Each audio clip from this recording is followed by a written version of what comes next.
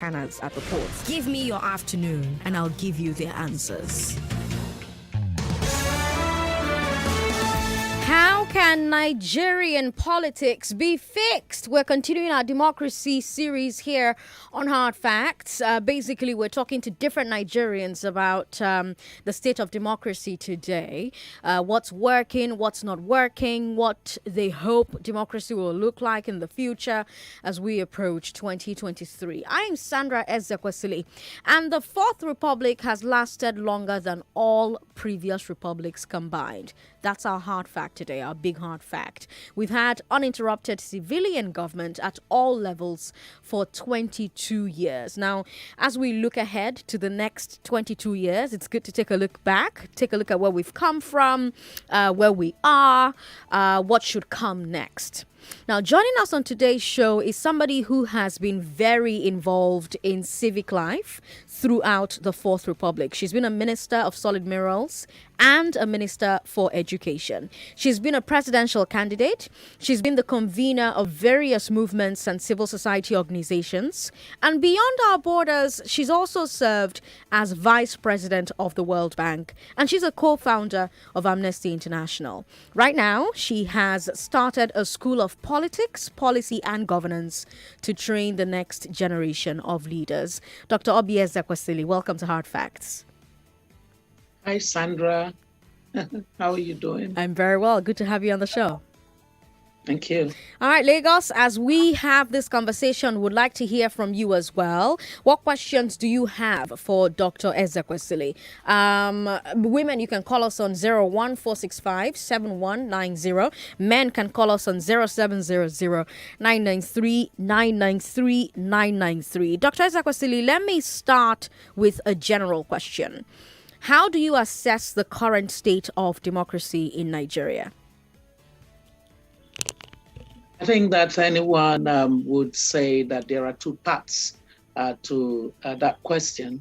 The first part would be basically assessing democracy as a practice. Right. And democracy as a practice has been quite turbulent for us.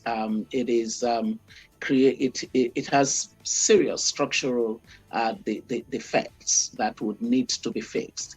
Democracy as a principle is the other part, and that is where also we struggle, because democracy as a principle comes with certain norms and nuances, as well as systems and procedures that we also have been in breach of.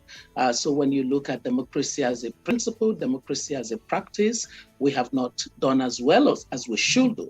But then the third part to that question is the fact that relative to the times when we had entrenched militarization, this is definitely the cycle of democracy or civilian rule, where we've been the longest at not having people in khaki ruling us. However, the tendencies of democracy can begin to resemble even situations of khaki. And that's where the voice of citizens can make a difference. If you just tuned in, Lagos, remember you can watch live on Facebook, Nigeria Info 99.3. We're streaming live. We're streaming on YouTube as well, Nigeria Info FM. And of course, you can join the conversation via WhatsApp 080-959-75805. Dr. Ezekwesili, you've launched an organization called Fix Politics. Before we talk about what it does, let's start with the problem, right? How is politics broken in Nigeria? What do you think are the root causes of the dysfunction? I think that what the way to analytically situate that question is to again look at the practice of democracy. Right. One important feature in the practice of democracy is democratic accountability. And when you don't have democratic accountability as a norm, or when you have it in the breach, then there is a state of broken democracy. Or take the second matter of just fundamental rule of law. when the rule of law does not underpin the way that government is run in a democracy, there is a broken state of democracy. A third part is the fact that democracy basically assumes that there is a strong social contract between the citizens and those that govern them. Right. It's not a rulership. It's not feudalism. It's not monarchy. It's not it's not meant to be draconian military rule. It's meant to be anchored on the principle of government having legitimacy by virtue of the choices that citizens freely make. And so when you look at all the features that should lead to the right democratic outcomes when they are not quite the way they should be, taking, for example, the matter of political parties and the way they are organized within Nigeria, or the matter of the electoral system and the way that it is run in Nigeria, the independence or lack of it. All of those things would give you a sense of how broken the democratic process, the democratic principle, the democratic practice is in Nigeria. That notwithstanding, I think that the key thing is this sense that you have a state of broken democracy that does not have to remain that way.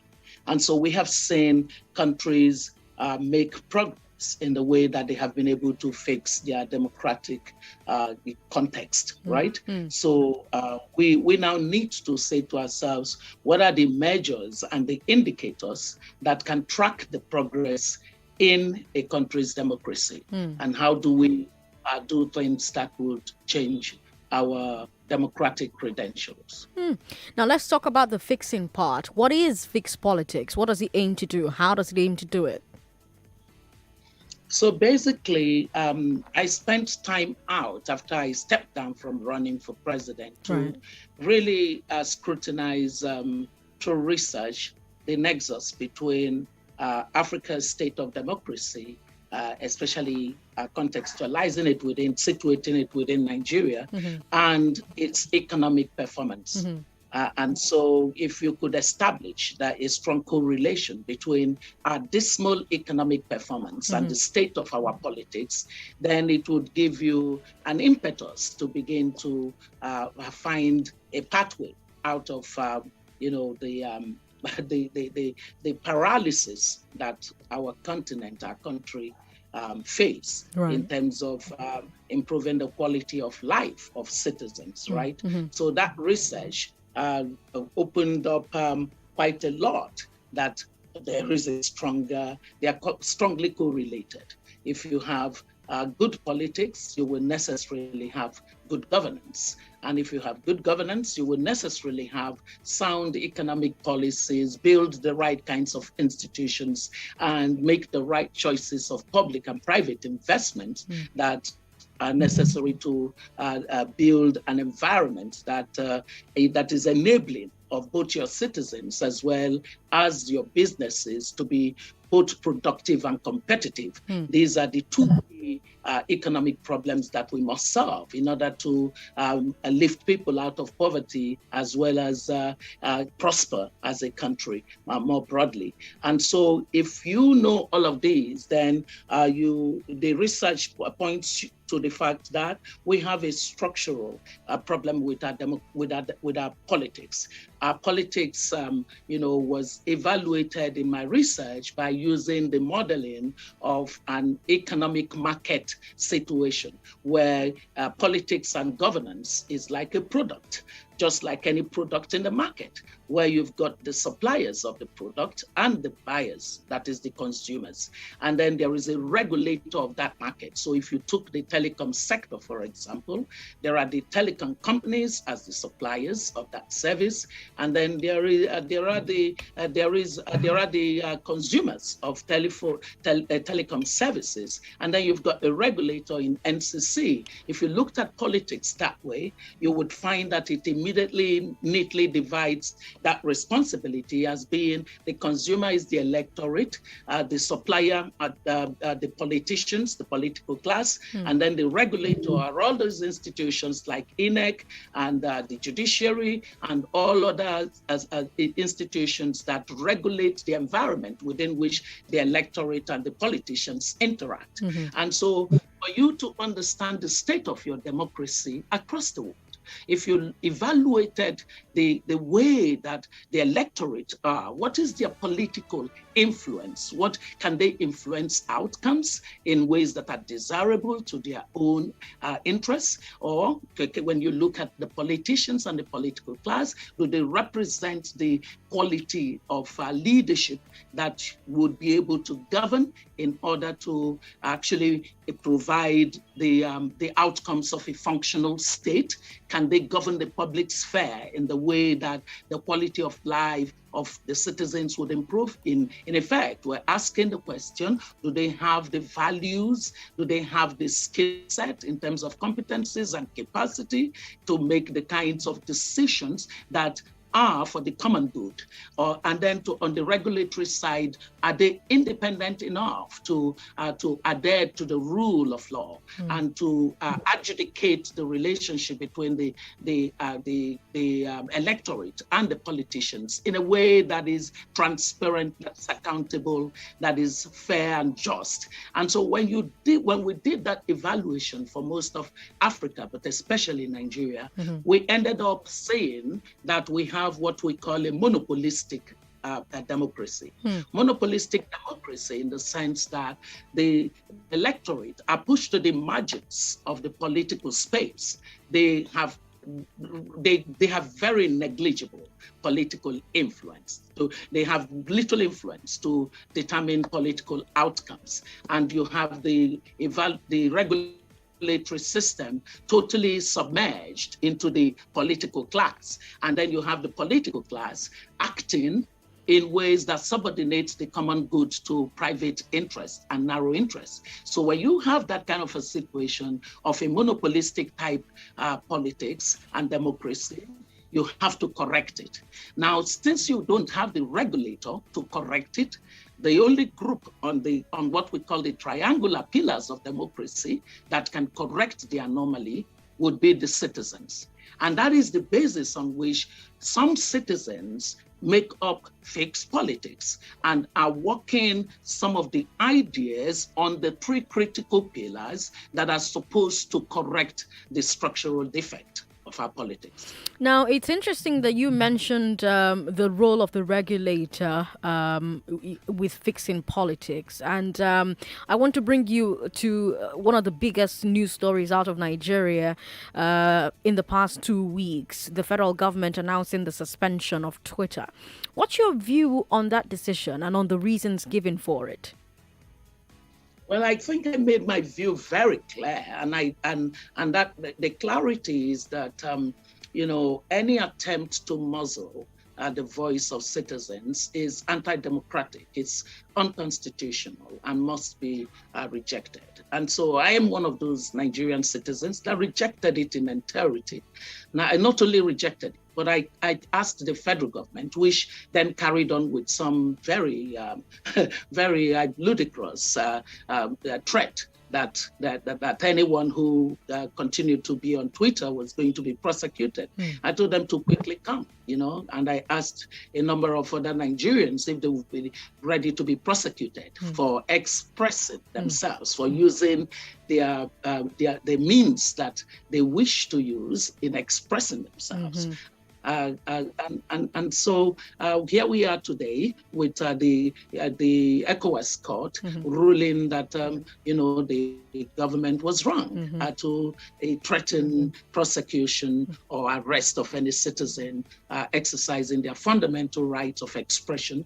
Twitter is a platform that offers quite a significant number of Nigerians the opportunity to engage the political system and to have their voices heard.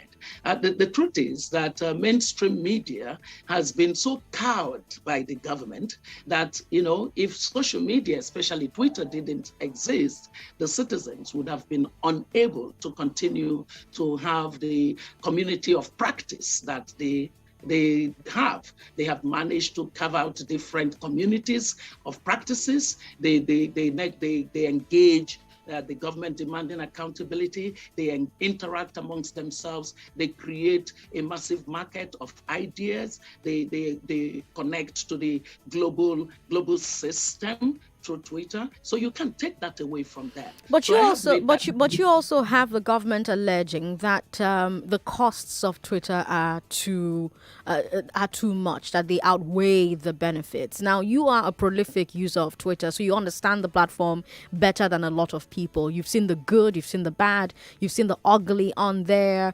Do you believe that the benefits of Twitter in terms of expanding the civic space, like you've mentioned, and giving voice to everyday citizens outweigh some of the costs that the government side continues to harp on? So things like misinformation, the presence there of some people with seditious views, etc., etc. Do you believe it outweighs that?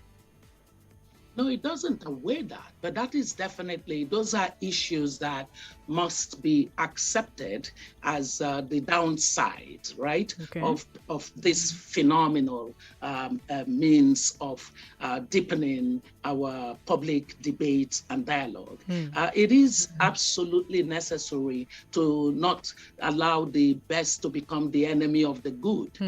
That's what you have to consistently do. And the best way to deal with things that are inimical to society's progress is simply not to kill the good ideas because there are some downside risks. What you do is you ensure that you take mitigations, right? And the mitigation that the government was supposed to take should have happened in a way, in an environment and context that was not defined by poor use of Twitter by our own president. So they are caught in a situation where you have to say, physician, heal thyself. If our president did not badly use Twitter, the whole furore that ensued would never have happened, obviously. And then it takes us to the second point, which is that our government, having known that it had issues with some of the things coming out of Twitter, when you say seditious things, I don't know about those ones, but I do know that some of the hard languages and tough talks that you get, even from our government, qualifies for hate speech. And so both our governments and those citizens that engage in hate speech are subject to some of the policies that are critical for ensuring a healthy environment for exchange of ideas, which is what the social media basically enables. So the third thing is many countries that have faced similar situations and have complaints about the effect that fake news could have on the society have been able to enter into voluntary conversation with Twitter or Facebook and been able to use the mechanism of peaceful negotiation as a basis to deal with instances of breach where they definitely have reason to complain. So what made us more or less like a laughing stock to the global community was that it now was entwined with, our president running foul of Twitter policies. And that meant that our president dragged an entire country into a war with Twitter. It should never have been that. Okay. Now, the fourth thing is that we have an entire government of ministers now having to meet with Twitter to discuss. I don't even understand how we could have taken away the dignity of our country by allowing this to be the end game. Now let's move away from that and talk very quickly about your School of Politics. You've launched the School of Politics, Policy and Governance. We've got about 3 minutes. I hate that, but then we have to wrap up. But talk to me about what led I'm you sorry to. I could not do 1 hour. Very sorry I couldn't do the It's 1 hour. okay. We'll take 25. So we've got 3 minutes, and I need you to talk to me about what need you hope this School of Politics and Policy and Governance will meet. So we want to raise a different set of leaders for the political space. Our politics is endangered by the fact that you have entrenched behavior which basically inspires people that go into politics to subordinate the common good for personal and private interests. And also our analysis showed the gaps in knowledge and capacities that our public leadership has across the continent. And so in order to address that, we need to massively produce a new community of public leaders of values, with strong values, with the necessary competencies in fields of knowledge that would enable them understand and engage public policy in ways that enable the common good, as well as have the capacity to build systems and processes and institutions that would enable the kind of economic growth that we must achieve in order to make our continent one that aspires to development like many before it. Dr. Obiageli Ezekwesili has been giving us her time here on 99.3 Nigeria Info. We thank you for your time, and we do hope we'll have you back so that we can go into more detail about this school, how the courses are structured, what someone who goes through the school becomes more qualified to do, etc., etc. But thank you so much for your time, Dr. Ezekwesili. Thank you, Sandra. Make sure you let them know that you're not related to me. Yes, she's not my mom. I am not one bit. Thank you very much. Thank you very much. Goodbye. All right, Lagos, we'll take a break. We'll come back and we'll talk about some of the things that Dr. Ezekwesili has talked about on the show today. I am Sandra Ezekwesili. Don't go away. A multinational company in Lekki, Lagos is massively recruiting independent sales executives that own a car and a valid driver's license. Are you ready to work with the company with the most history worldwide? Are you ambitious, a smart worker? Do you have a great attitude? Ready to take your career to the next level? Here is an opportunity for you. Please call 0815 705 0505 or 0905 637-4258 to book for an interview. More talk, news and sports after this. Oh yes, ShopRite, their big red carnival don't land yo. And this time or more, they want to scatter all those big prizes. Come help una save more money on top things they like. Super Commando 300 ml energy drink for 119 naira 99 kobo and 780 abina 850 ml 5 alive juice. All the variants for 359 naira 99 kobo. You fit win up to 50% come up for your shopping with ShopRite, their big red carnival. Just buy any 3 products them, other things them when follow. Check the buy me and stand to win icon when they inside the flyer them. Conditions follow. All this price then go last till June 27, 2021. ShopRite, stationary price when you fit trust all the time.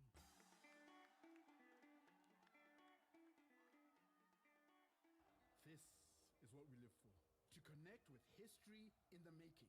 To stream every breathtaking moment.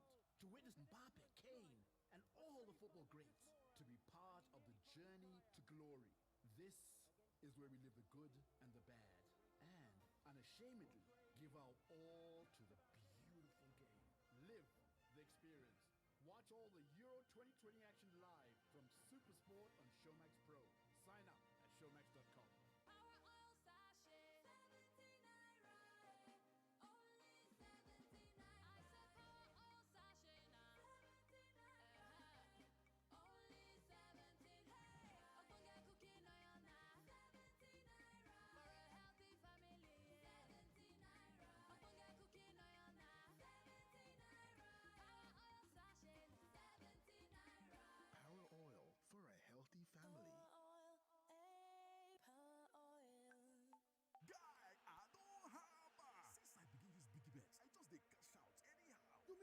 there. See, then they offer 120% welcome bonus, bigger odds, 315% accumulator bonus, cut one bonus, and you fit even cash out anytime, whether inside shop or online. They even get the best virtual games and jackpots.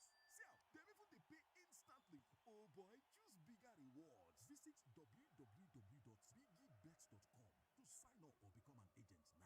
Biggie Bets, bigger reward, bigger life. Hey, Alpha now. You start your day like this. Everything is going well until the unexpected happens. Then, hey, the bass boss begin. Why would you hit me?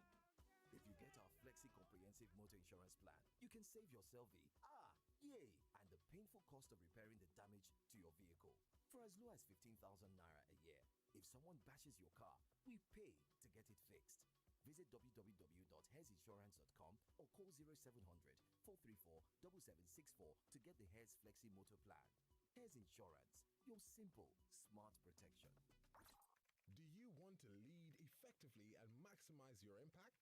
Join Dr. Maxwell Uba, author, pastor, and leadership coach every Saturday at 9 a.m. on Instagram at Dr. Maxwell Uba. Learn principles that would make you a better leader and help you maximize your impact. Maximize your impact with Dr. Maxwell Uba every Saturday at 9 a.m. on Instagram at Dr. Maxwell Uba. This is what we live for. To connect with history in the making. To stream every breathtaking moment. To witness Mbappe, Kane, and all the football greats. To be part of the journey to glory. This is where we live the good and the bad. And unashamedly give our all to the beautiful game. Live the experience. Watch all the Euro 2020 action live from Supersport on Showmax Pro. Sign up at showmax.com. Our oil sachet, 17 naira, only 17 naira. I said our oil sachet now, 17 naira, only 17 naira. Ogbonge cooking oil now, 17 naira. For a healthy family, 17 naira. Ogbonge cooking oil now, 17 naira. Our oil sachet, 17 naira. Power oil for a healthy family. You have probably heard that the best investment on earth is earth, and that's why finding the best organization to build assets in real estate is one of the most important financial decisions you will ever make. At GMH Luxury, you'll find out we are a dependable partner in luxurious real estate solutions. Over the years, we have been in the business of providing the middle and high income earners with standard, luxurious, and affordable homes. We are 100% available to assist smart investors build their assets in real estate through evaluation and business appraisal of such investments. And this we do for free. Yes, for free. It's a huge decision, but it begins with a step. And we'll be with you all through till you sit proudly in a home you can call yours. Contact GMH Luxury today at www.gmhluxury.com. For further inquiries, call 00969 70,000 or 009 666 6617. Hooray! The good news is here. As part of the federal government's drive to encourage multimodal transport system, the Nigerian Railway Corporation has commenced commercial operations for the standard gauge rail line from Lagos to Ibadan. The Lagos-Ibadan train service is now available on Mondays through Fridays by 8 a.m. from Mobolaji Johnson Station, Ebute Meta, Lagos, and Obafemi Awolowo Station at Monia, Ibadan. The train service is also available at 4 p.m. from Lagos and Ibadan stations simultaneously. A ride through this service is also available on Saturday by 8:30 a.m. and 6 p.m. from Lagos and Ibadan. A ride on our first class trip goes for 6,000 naira, business class 5,000 naira, and the standard class is 2,500 naira. Please note, all train users are required to present a valid means of identification before accessing our service. Nigerian Railway Corporation, let the train take the stress. Fellow Nigerians, here are 5 tips to help tell the fake news from real news. 1. Check the source. 2. Search for other sources. You should always have at least 2 reputable sources for a story before you believe it or share. 3. Investigate the article. If you're still unsure, start looking at the article itself. Check the date to make sure it's current. 4. Visit Africa Check website. If a story has been widely viewed, it most likely has been examined by one of the many fact-checking websites like africacheck.org. 5. When in doubt, don't share. This message is brought to you by Africa Check. For more tips, add us on WhatsApp on 0908 377 7789. Follow us on Twitter, Instagram, and Facebook at AfricaCheck_NG. The opportunity to learn forex trading from forex traders is here. The Lagos Island Forex Trading Seminar. Get the chance to learn how to make passive income every month consistently, all for free from the masters of the forex market in Lagos at City Forex, located at ShopRite Shopping Mall, Adeni Road, Ogunsanya. The date for this free class is Friday 25th and Saturday 26th June 2021. The time is 11 a.m. daily. To attend on Friday, text Friday to 0806 615 1246. For Saturday, text Saturday to 0806 615 1246. The venue for this trading is at Glover Memorial Hall by Tinubu Junction, opposite Central Bank, Lagos Island. 10 lucky participants will get free gifts at the venue. This trading is organized by City Forex. Call 0806 615 1246 for details. City Forex. Trade your way to freedom. Not a new level. Where I sample your ticket from best king to yesterday's gone today. It be a lucky day for best king to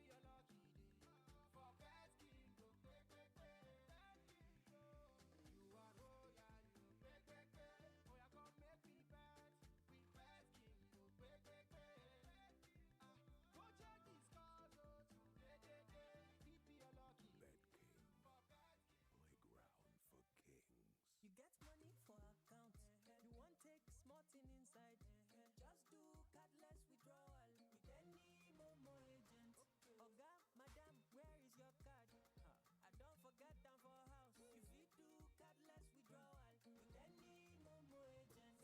Anytime you need the money, but your card is there for yonder. Just go do cardless withdrawal with any Momo agent. Cardless withdrawal with Momo agent. With Momo agent. No card or withdraw with Momo agent. With any Momo agent. Now you fit withdraw money even if you not hold your card for any Momo agents where they near you. Just dial *223# to take touchlight the Momo agent where they near your domot. Momo agent. Safe, fast, no wahala. Oh,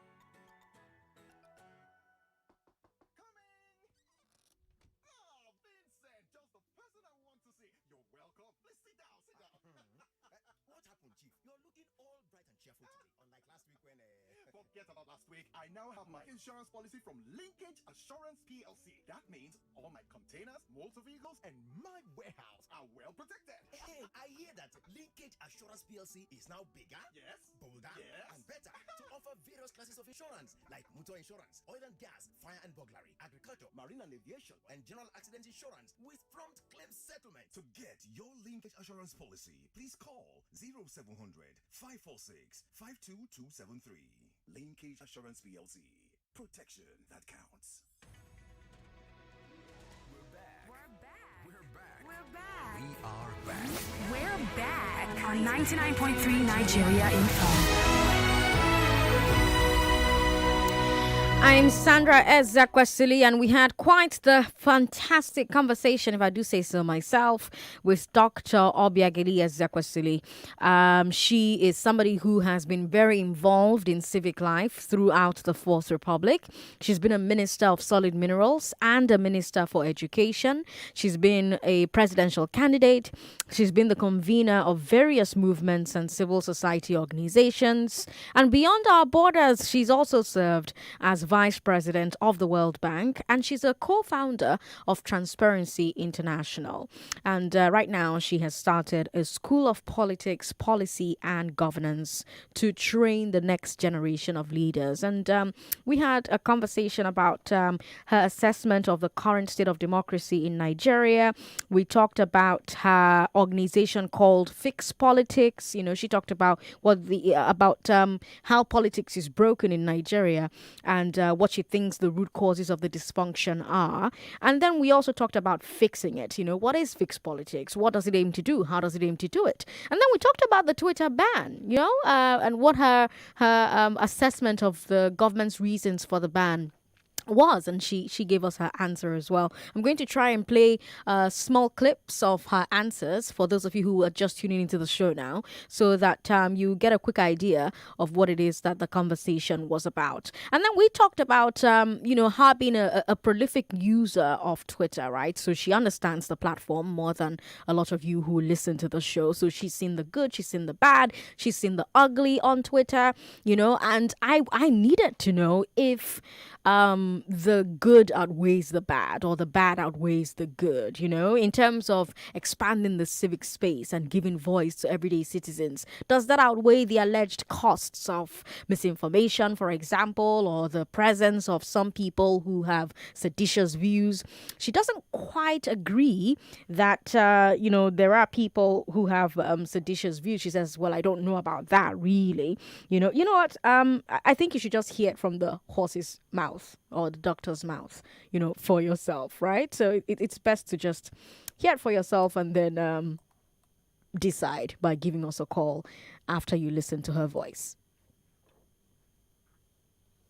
No, it doesn't outweigh that, but that is definitely, those are issues that must be accepted as the downside, right, of this phenomenal means of deepening our public debate and dialogue. It is absolutely necessary to not allow the best to become the enemy of the good.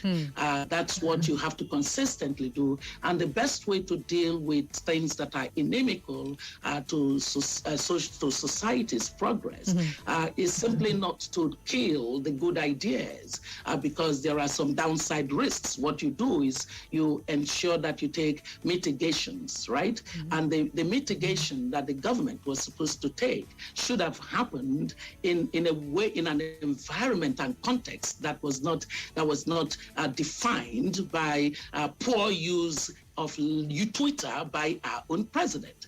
So they are caught in a situation where you have to say, physician, heal thyself. If our president did not badly use Twitter, the whole furore that ensued would never have happened, obviously. And then it takes us to the second point, which is that our government, having known that it had issues with some of the things coming out of Twitter, when you say seditious things, I don't know about those ones, but I do know that some of the hard languages and tough talks that you get, even from our government, qualifies for hate speech. And so both our governments and those citizens that engage in hate speech are subject to some of the policies that are critical for ensuring a healthy environment for exchange of ideas, which is what the social media basically enables. So the third thing is, many countries that have faced similar situations and have complaints about the effect that fake news could have on the society have been able to enter into voluntary conversation with Twitter or Facebook and been able to use the mechanism of peaceful negotiation as a basis to deal with instances of breach where they definitely have reason to complain. So what made us more or less like a laughing stock to the global community was that it now was entwined with, our president running foul of Twitter policies. And that meant that our president dragged an entire country into a war with Twitter. It should never have been that. Now, the fourth thing is that we have an entire government of ministers now having to meet with Twitter to discuss. I don't even understand how we could have taken away the dignity of our country by allowing this to be the end game. Lagos 014657190. That's the number for women. For men 0700-993-993-993. So that's for Twitter. But before we got to Twitter, we talked about the current state of democracy in Nigeria. And here's what she said. I think that anyone would say that there are two parts to that question. The first part would be basically assessing democracy as a practice. Right. And democracy as a practice has been quite turbulent for us. It is it has serious structural defects that would need to be fixed. Democracy as a principle is the other part, and that is where also we struggle. Because democracy as a principle comes with certain norms and nuances as well as systems and procedures that we also have been in breach of. So when you look at democracy as a principle, democracy as a practice, we have not done as well as we should do. But then the third part to that question is the fact that relative to the times when we had entrenched militarization, this is definitely the cycle of democracy or civilian rule, where we've been the longest at not having people in khaki ruling us. However, the tendencies of democracy can begin to resemble even situations of khaki, and that's where the voice of citizens can make a difference. All right, 99.3, hello. Thank you for calling us. Good afternoon. Good afternoon. What's your name? My name is Ayodele. Good to have you on the show, Ayodele. Welcome. Yeah, thank you so much. I'm a first-time caller. Oh, good. Okay, so I did. Oh, no. I hate it when you're a first-time caller and you don't have enough airtime. It happens to me. You know, a few times I try to call into the station and then my call connects and my airtime finishes. It pain. It can pain because I know how difficult it is to get through. 014657190. By the way, big thank you to Chisom and Kemi and Ken. They are the reason that you were able to listen to that sound as quickly as you have been able to. They help me make magic on this show every day. So thank you so much to Chisom. Thank you so much to Kemi. And thank you so much to Ken. They're my little minions, always making sure that we have a fantastic show. The next 15 minutes is brought to you courtesy UNICAF. UNICAF is the leading online higher education platform, and we're going to tell you more about them after this break, so don't go away. To invest in your future? Are you ready to invest in your future? Explore endless opportunities with the exclusive UNICEF Scholarship Program. Choose from a wide range of master's degrees from prestigious British universities. Study online. Balance education with family and career growth. Extra benefit, a customized payment plan to make it even easier for you. Call us on 07000 111 000. That is 07000 111 000 to help you jumpstart today. With UNICEF, you can.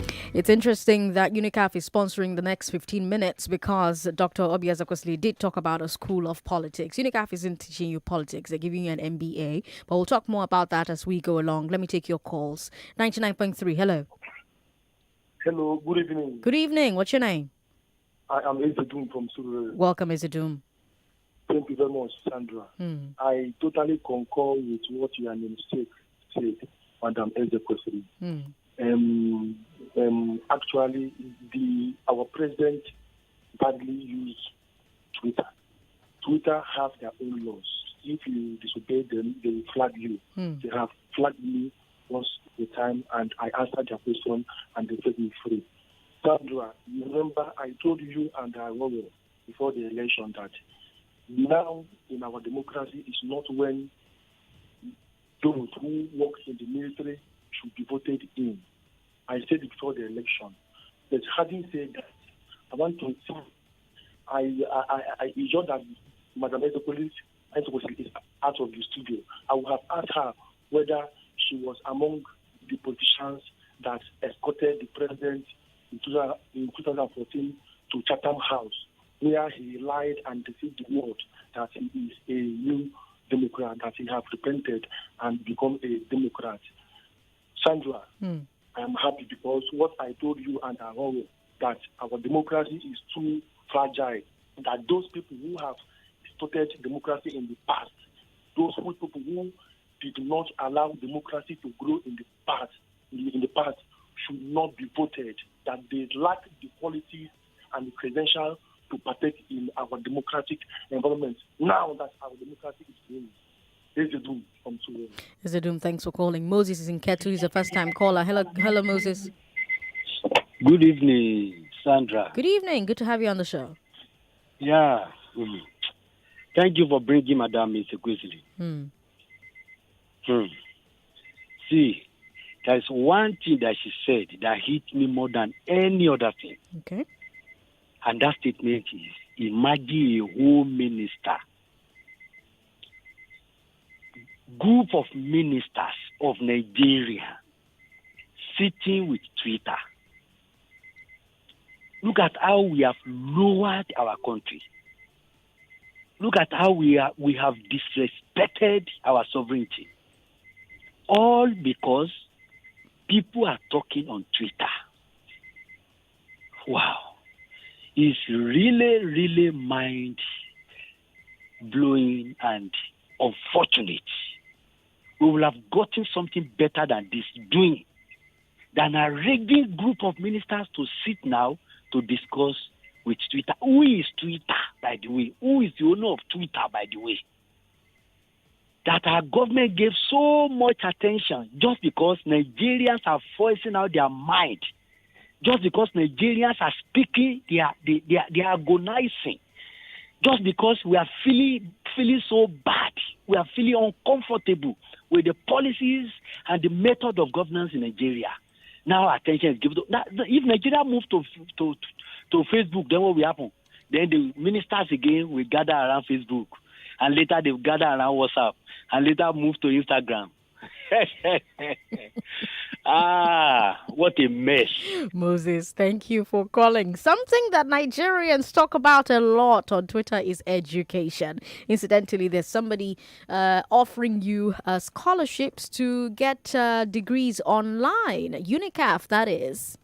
Yeah, UNICAF is offering scholarship. I mean, like what Obiageli said, there's a need for people to re-educate themselves in terms of politics and politicking in Nigeria. And yes, it's also important for people to re-educate themselves in business management and business consultancy, especially for some of us who are entrepreneurs and some of us who are business managers. So basically what we are doing, that is UNICAF, what UNICAF is doing is we are making available in our bid to contribute to the society, to help our communities grow, to help our youths in our societies. We're giving people access to 300 slots of scholarships. Yeah, I'm going to say that again. It sounds too good to be true. 300 slots of scholarship. And yes, it's not a fully funded scholarship. And we will give you the opportunity to strategize as to the kind of plan you want to work. It's a partially funded scholarship. So we give you the opportunity for you to give us the plan that works best for you as to getting that scholarship. And yes, I'm going to say it again, it's 300 MBA scholarships, and it's not just the random scholarships you come across. We are partnering with universities in the United Kingdom, universities in the United States of America, and also universities in Africa, as well as partnering with the University of East London and the University of Suffolk. So for you to get access to this, you can either speak with any of our course administrators or any of our course advisors, and they will guide you through. And so to speak with them, actually, Sandra, can I go on? Yeah, so to speak with any of our course advisors, you can reach them on 07000 111 000. That is 07000 111 000. or you can also send a WhatsApp message to 0816 866 4442. That is 0816 866 4442. All right, thank you very much. Lagos, keep the calls coming in, shall we? 0700993993993 What did you think about some of the points that Dr. Obiageli raised on the show today? She talked about the broken politics and what the root causes are, because before you fix politics, you have to identify what broke it to begin with, right? And she mentioned quite a number of things, and after we speak with Adam in Ikeja, I'll play that particular part of the interview with you. Adam in Ikeja is a first-time caller. Adam, it's good to have you on the show today. Okay, thank you. Go ahead. Go ahead, you're live. All right. Can you hear me very well? Yes, very clearly. Go ahead. Okay, my take on this issue of Twitter or federal government banning Twitter. Honestly speaking, I have not seen anything bad about the action taken by the federal government. When we look at it from the fact that Twitter deleted Mr. President's statement as a reason, okay, good and fine. Let us analyze the president's statement. What has he said wrong? What has he said wrong that is against Twitter rule or that is inciting in nature? Well, a lot of Nigerians, Adam, you asked the question. Adam, you asked the question. Let me answer you. So no, hold on. If you ask a question, I'll answer you. So what did Mr. President say wrong? A lot of Nigerians thought he said something wrong. They are the ones that reported it. No, they are those Nigerians reported it. That's why Twitter deleted it. Twitter didn't wake up and delete it. Nigerians reported it, then Twitter deleted it. Good and fine. That's what I'm trying to analyze. Mr. President said they are going to respond, or they are going to deal with the troublemakers or the criminals by using the police and the army to deal with them in the language they understand. Right. So for crying out loud, what is wrong about this statement by the president?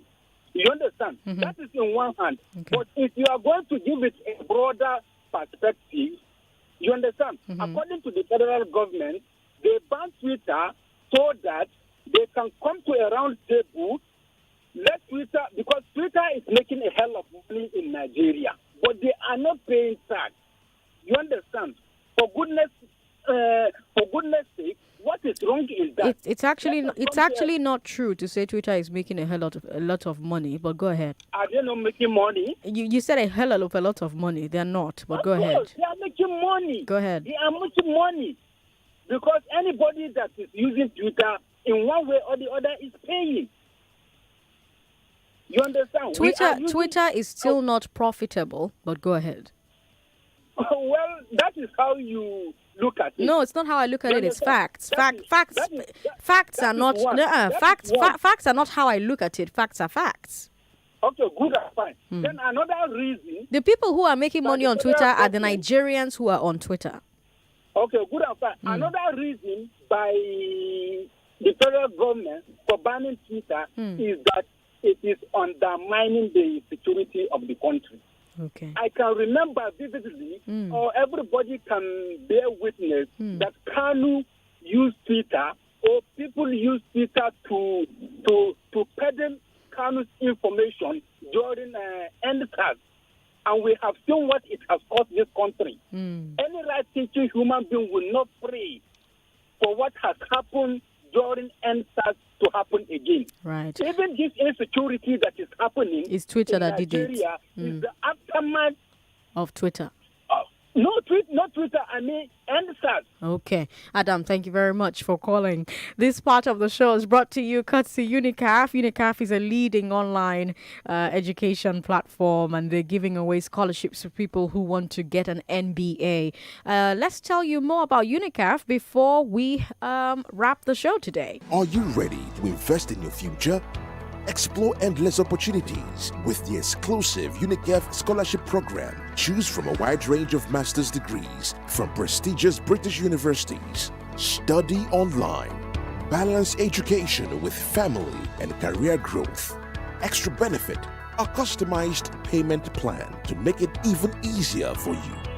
Call us on 07000 111 000. That is 07000 111 000 to help you jumpstart today. With UNICEF, you can. Thank you, UNICEF, for bringing the final 15 minutes of hard facts to Lagos. Daramola is in Mushing. Hello, Daramola. Yes, good afternoon. Good afternoon. Thanks for calling. Yes. Please, I have a complaint. Okay. And my complaint is on my 10,000 naira that I have not received since June 10. Since when? June 10. Do we have your details? Do we have your details? Yes. All right, we're going to take a look and revert. Thank you very much. 99.3. Yes, good evening. Good evening. How are you? Hello, good evening. Hello. Sorry about that. Let's go to WhatsApp where we have lots of comments. WhatsApp is 080-959-75805. It's hard to believe that Sandra is not related to Dr. Ezekwesili. We're not related. Okay, so lots of comments talking about me being related to Dr. Obi. Okay, so let's move away from WhatsApp then and take a final call on the show. Hello, thank you for calling us. Thank you very much. What's your name? This is just Lokoya on the line. Good to have you on the show. Go ahead. I'm ashamed of the man that called in. You know, there are a lot of disgraceful things people say online, but this one is the worst of them all. Shame to that man. Okay, be respectful. Don't. NSAS. How can you say NSAS is the cause of insecurity in Nigeria? Is that not a shameless talk? Okay. When you are saying be respectful, he didn't respect himself. He came on there to be disrespected. Yes, but two wrongs can't make a right. You can disagree with him. You can disagree with him, but don't disrespect him. It's a senseless talk. Am I abusing him? If someone can just call in to say such word, it is senseless. That's not abuse. Just a look, thank you for calling. I wish we had time to explore your sentiments, but we don't. I have to go. But you can find me on social media, and you can listen again to our interview with Dr. Ezekwesili on our podcast on our website, www.nigeriainfo.fm. I'm Sandra Ezekwesili on social media. Those are your hard facts, Lagos. Good night.